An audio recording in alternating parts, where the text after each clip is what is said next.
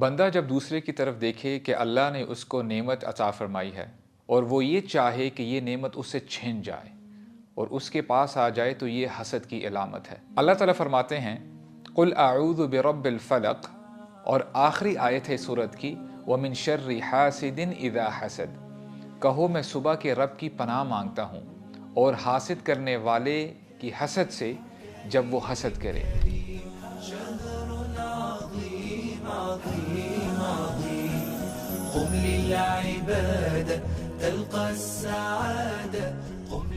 नबी करीम सल्लल्लाहु अलैहि वसल्लम ने फरमाया, अपनी कामयाबियों को छुपाया करो, क्योंकि यकीनन जिसके पास नेमत होती है उससे हसद किया जाता है।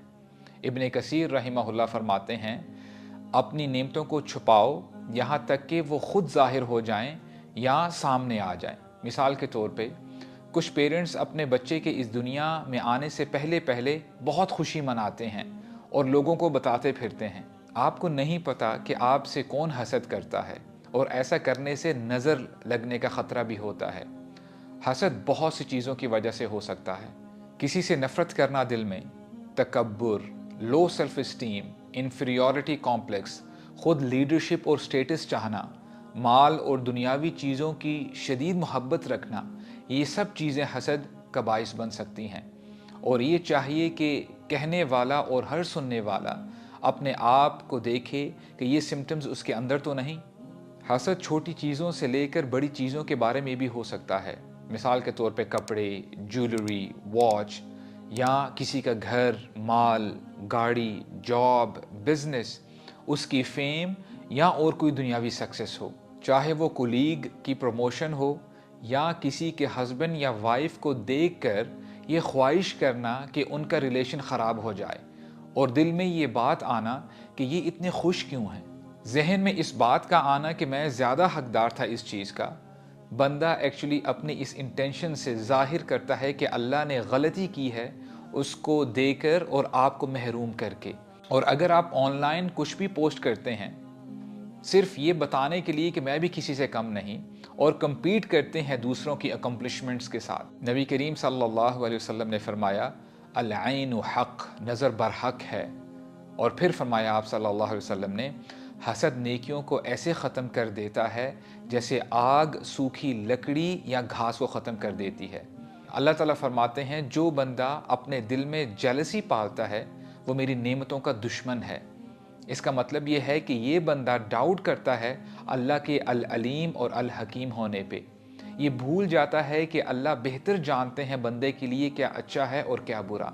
हमें चाहिए कि अल्लाह के अल अलीम और अल हकीम होने पर यकीन करें, और हमें तसल्ली हो कि जिस चीज़ को हम अपने लिए बेहतर समझते हैं वो हमारे लिए शर का बाइस भी बन सकती है। अल्लाह बेहतर जानते हैं कि हमारे लिए क्या बेहतर है और क्या बुरा।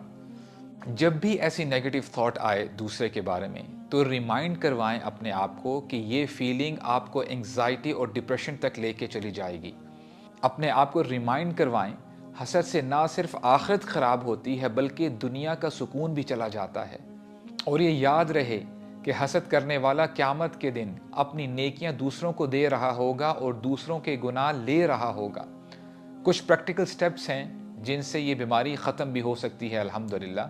जिसके बारे में आपके नेगेटिव इमोशंस हैं उसको कभी कभार गिफ्ट्स दे दिया करें और उनके लिए मज़ीद बरकत की दुआ करें, बारकल्लाहु फ़ीक, बारकल्लाहु लक। ऐसा करने से फ़रिश्ते आपके हक़ में भी दुआ करते हैं, और जब फ़रिश्ते दुआ करेंगे तो इंशाअल्लाह उनकी दुआ कबूल होगी।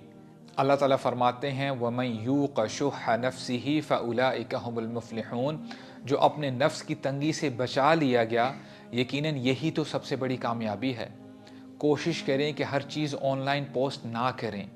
अगर आप खाने की पिक्चर पोस्ट करते हैं, न जाने कितने ऐसे लोग हैं जो ऐसा खाना अफोर्ड नहीं कर सकते। अपनी फैमिली और बच्चों के हैप्पी मोमेंट्स ऑनलाइन पोस्ट ना करें, क्योंकि आपको नहीं पता कितने पेरेंट्स ऐसे हैं, इतने साल गुजर गए और उनके यहाँ औलाद नहीं।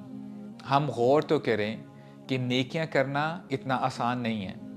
बंदा इतनी मेहनत करके नेकियां कमाए और फिर जब आखिरत में वो एक्सपेक्ट करे कि मुझे इसका बहुत ज़्यादा अजर मिलेगा, लेकिन जब ये बंदा क़यामत के दिन तक पहुंचता है और इसको पता ये चलता है कि नेकियां तो सब ख़त्म हो गईं, क्योंकि दुनिया में ये लोगों से हसद करता था।